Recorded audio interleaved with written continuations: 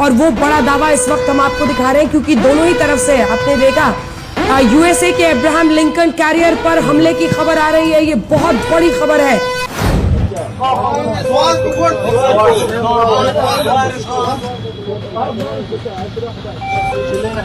Two persons inside have.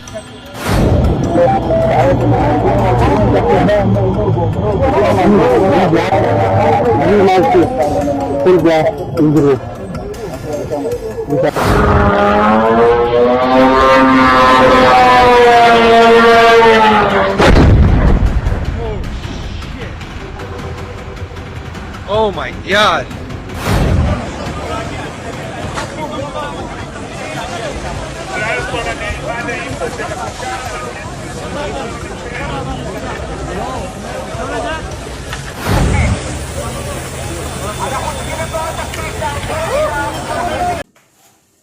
नमस्कार, मैं हूं जगत सिंह अवाना और आप देख रहे हैं सलीना टाइम्स। लगेगी आग तो आएंगे कई घर जद में, लगेगी आग तो आएंगे कई घर जद में। खिलाफ है होने दो, जान थोड़ी है, जान थोड़ी है, जान थोड़ी है। अगर खिलाफ है होने दो, अगर खिलाफ है होने दो, जान थोड़ी है। ये सब धुआं है, कोई आसमान थोड़ी है। अगर खिलाफ है होने दो, जान थोड़ी है। ये सब धुआं है, कोई आसमान थोड़ी है, कोई आसमान थोड़ी है। लगेगी आग तो आएंगे घर के ही जद में। यहां पे सिर्फ हमारा मकान थोड़ी है।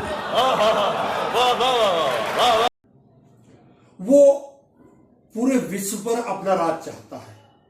वो चाहता है कि मेरे राज का ये वो हाल हो कि कभी रात ना हो, कभी दिन ना छिपे। मैं जहां जाऊं वहां मेरी बोलती मतलब तूती बोले। मैं जहां जाऊं वहां मेरा राज हो। मैं जहां जाऊं वहां मेरे लोग हो। मैं जहां जाऊं वहां मेरी सेना हो। मैं जहां जाऊं वहां मेरे अपने काम करने वाले हों। उसके लिए चाहे फिर मुझे कुछ भी क्यों ना करना पड़े। वो तानाशाही करना चाहता है। वो हर देश को दबाकर रखना चाहता है। वो हर देश को अपने हिसाब से चलाना चाहता है। जो देश उसके हिसाब से नहीं चलता, उस देश में वो तबाही मचाता है। वो वहां के राजा को मार देता है, वहां के मंत्रिमंडल को मार देता है, वहां के जो सुरक्षा कर्मी हैं उनको मरवा देता है, वहां के जो नागरिक हैं उनको मार देता है। उसके खिलाफ जो बोलता है उसे मार देता है।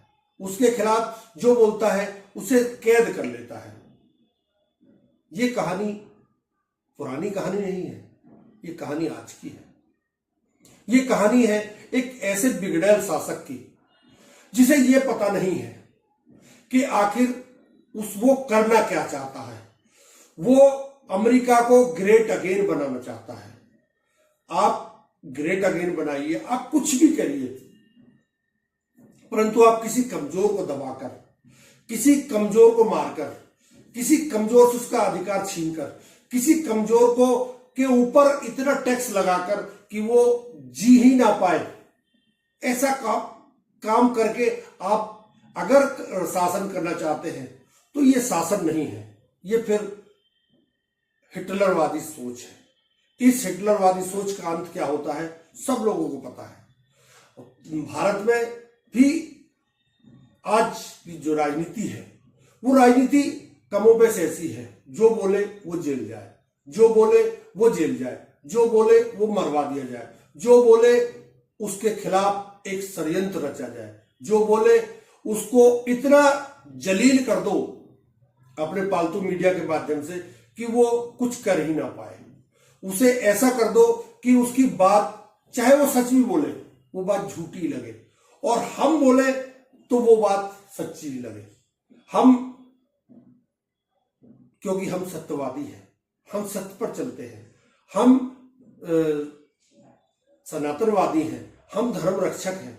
चाहे उसके लिए हमें कितने मंदिर क्यों ना तोड़ने पड़े, कितने लोगों के बलि क्यों ना देनी पड़े, लेकिन हम फिर भी सनातनी हैं। कुछ ऐसा माहौल इस समय पूरे विश्व में है। विश्व में कल आपने देखा 3 दिन से ईरान के ऊपर अटैक हो रहा है। 11 देश मिलकर उस पर अटैक कर रहे हैं।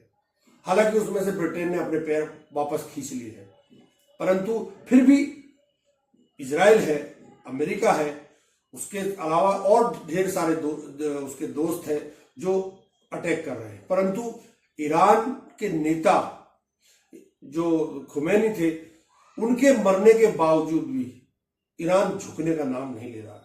ईरान ने आज ताबड़तोड़ हमले अमेरिका और उसके सहयोगियों कल भी किए हैं, दुबई पर किए हैं, कुवैत पर किए हैं।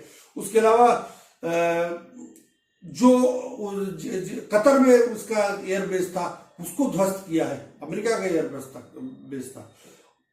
पाकिस्तान में विरोध हो रहा है, सब जगह से चिंगारियां फूट रही हैं, परंतु एक शासक, हालांकि अब सूत्र ये भी बता रहे हैं कि वो शासक अब सरेंडर करना चाहता है। सरेंडर नहीं, यानी युद्ध बंद करना चाहता है, सीज फायर चाहता है। अब कौन सीज फायर कराएगा, अब ये सोचने वाली बात है। कुवैत के आर्मी बेस पर हमला कर दिया ईरान ने, और अमेरिका का 15 जेट, ऐसा विमान जिसके ऊपर अमेरिका को बहुत भरोसा था, उसको मार गिराया ईरान ने। इसका मतलब ईरान में दम है। ईरान की जो अपनी मिसाइलें हैं अभी उसने वो इस्तेमाल शुरू नहीं किया।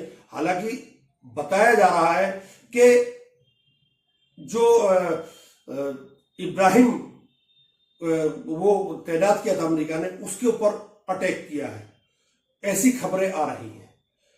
एक खबर है, इस खबर को आप देखिए पहले। हुए हैं ईरान की तरफ से इजराइल को नुकसान पहुंचाने की हर मुमकिन कोशिश की जा रही है। इजराइल के शहरों पर लगातार ईरान मिसाइल दाग रहा है। ईरान जो मिसाइल दाग रहा है उन्हें इंटरसेप्ट करके खत्म करने का काम इजराइल की तरफ से भी किया जा रहा है।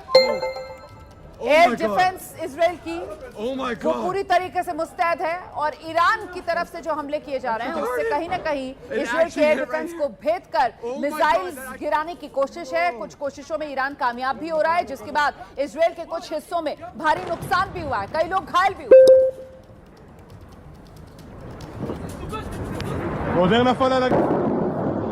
इजराइल पर ईरान ने बड़ा मिसाइल हमला कर दिया है।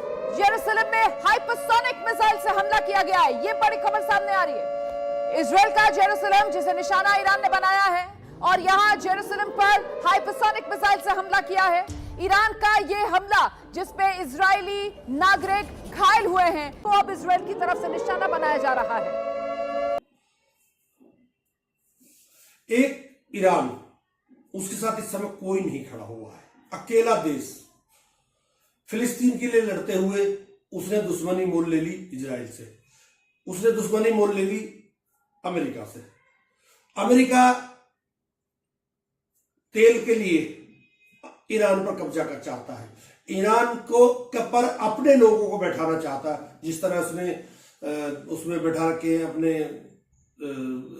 इसमें इराक में बैठा रखे हैं, और भी इस तरह कई देश हैं जिनमें अपने लोग बैठा रखे हैं। इसी तरह ईरान में भी चाहता है, क्योंकि ईरान के द्वारा ही कई देशों में तेल का वो स्रोत बनता है, यानी रास्ता जो आता है तेल का, वो सबसे सस्ता रास्ता ईरान के थ्रू ही आता है।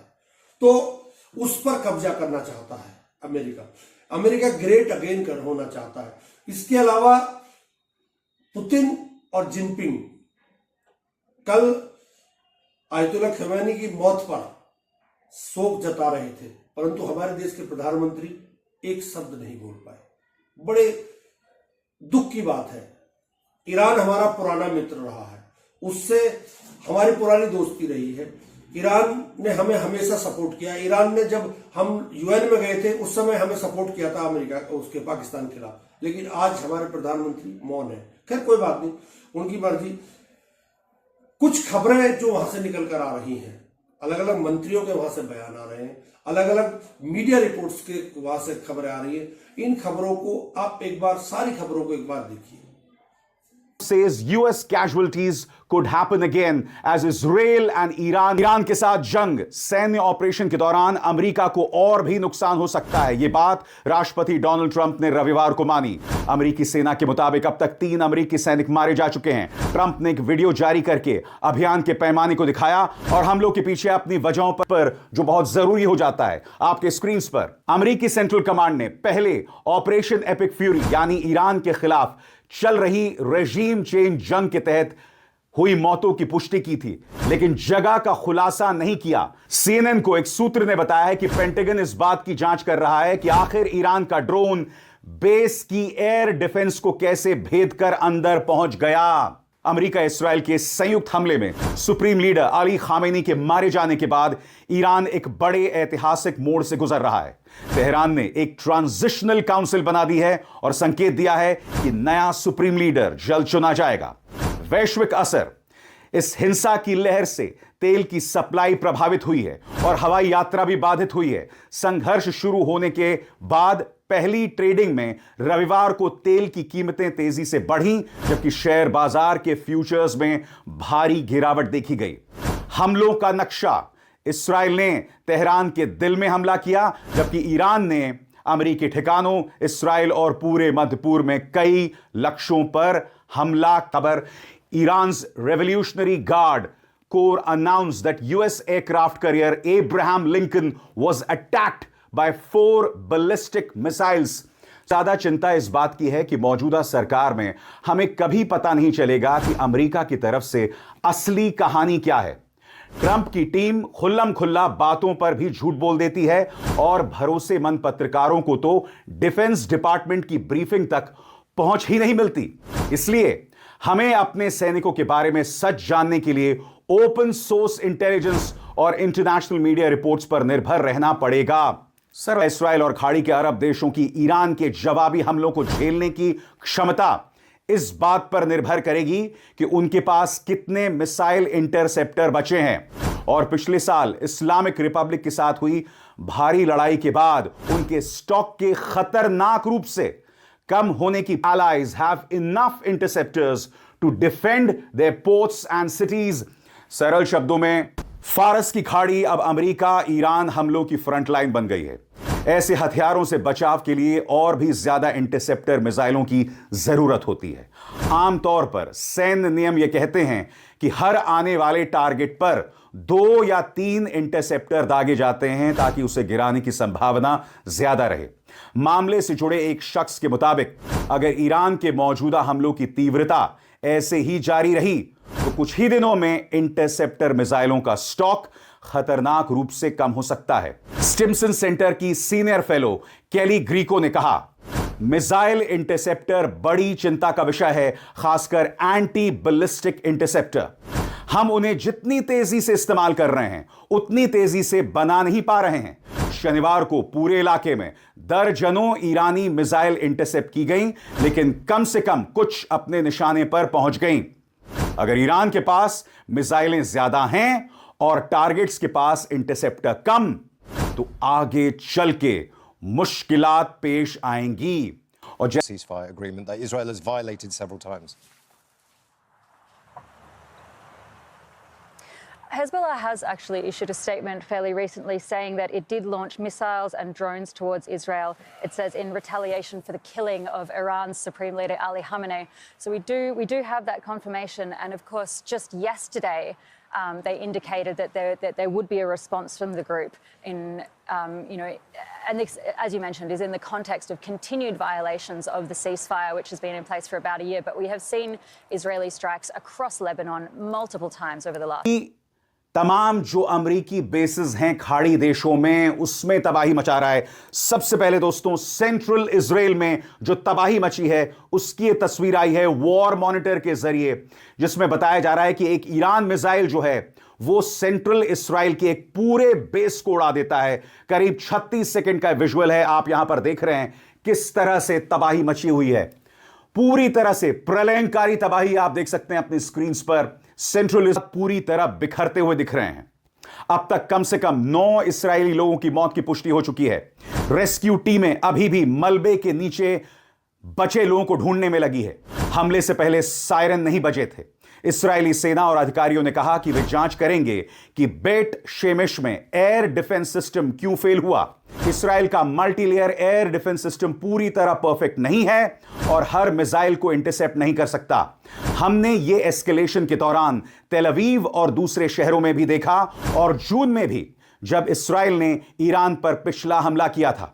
ईरान ने दिखा दिया है कि वो बैलिस्टिक और दूसरी तरह की मिसाइलें दाग सकता है जो इस्राएली शहरों के बीचों बीच तक पहुंचकर भारी नुकसान कर सकती हैं। सिर्फ इमारतों को नहीं बल्कि जानमाल को भी। इस घटनाक्रम का असर इस्राएली सरकार की उस छवि पर पड़ सकता है जिसे वो अब तक दिखाना चाह रही थी कि सब कुछ उसके कंट्रोल में है, वो अजेय है और ईरान पर लगातार दबाव बनाया हुआ है। To you that they have never done before? Can you give us any sense? The single most important achievement, I believe, is the agreement that Iran will never ever have a nuclear material that will create a bomb. This is, I think, a big achievement. This is something that is not in the old deal that was negotiated during President Obama's time. This is something completely new. It really makes the enrichment argument less relevant because now we are talking about zero stockpiling. Adam Corrin है, वो बोल रहा है, पत्रकार है, वो कह रहा है कि अमेरिका झूठ बोल रहा है, अमेरिका सच्ची खबरों को बाहर नहीं आने दे रहा है। यानी जो भारत की स्थिति है ऐसी स्थिति वहां पर भी है। ब्लूमबर्ग की रिपोर्ट कह रही है कि इंटरसेप्टरों की कमी पड़ रही है अमेरिका के पास। जो बैलिस्टिक मिसाइलें ईरान मार रहा है उन्हें रोकने के लिए इंटरसेप्टर की कमी इस समय पड़ रही है अमेरिका और इजराइल के पास। ये खबर ब्लूमबर्ग की थी जो आपने देखी। उसके अलावा लेबनान में भी हमला किया गया है, लेबनान के ऊपर भी इजराइल ने हमला किया है। सोचने वाली बात यह है कि एक देश के ऊपर अटैक करने के अलावा तुम लेबनान में भी कर रहे हो, तुम फिलिस्तीन पे भी कर रहे हो, तो ये संदेश क्या है? ये संदेश साफ है, जो ईरान के साथ आएगा वो उस पर अटैक करेगा। वहीं दूसरी तरफ ईरान भी उसके साथ जो अमेरिका के बेस है उन्हें खत्म करने के पर तुला हुआ है। दुबई में तबाही मचा दी है, कुवैत में तबाही मचा दी है और इराक में भी तबाही मचाई है ईरान ने। अब भारत की इसमें क्या भूमिका हो सकती है? भारत में कोई नेता कुछ भी बोलने के लिए राजी नहीं है। आप ये सोचिए, अगर उसे कल भारत का समझौता मंजूर नहीं हुआ तो क्या वो अमेरिका भारत पर अटैक नहीं कर सकता? कर सकता है। तो क्या भारत को अपना एक पक्ष रखना चाहिए इसमें या नहीं रखना चाहिए? आप खुद सोचिए। पाकिस्तान इस पर कोई पक्ष नहीं रख रहा क्योंकि पाकिस्तान की जो नागरिक हैं वो अमेरिका को गाली दे रहे हैं। क्या बोल रहे हैं वहां के नागरिक? यार एक बात सुन लीजिए।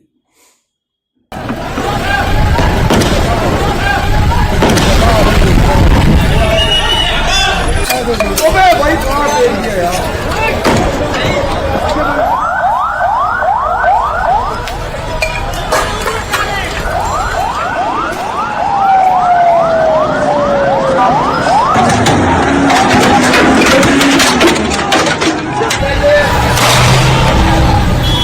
इस्लामाबाद की तस्वीरें देख रहे हैं, पत्थरबाजी हुई पाकिस्तान की पुलिस के लिए बड़ी चुनौती। ये पूरी मिल्लत पाकिस्तान के जज्बात है। मिल्लत पाकिस्तान आज पूरी दुनिया गमज़दा है। आज हमारा इमाम हमसे चला गया।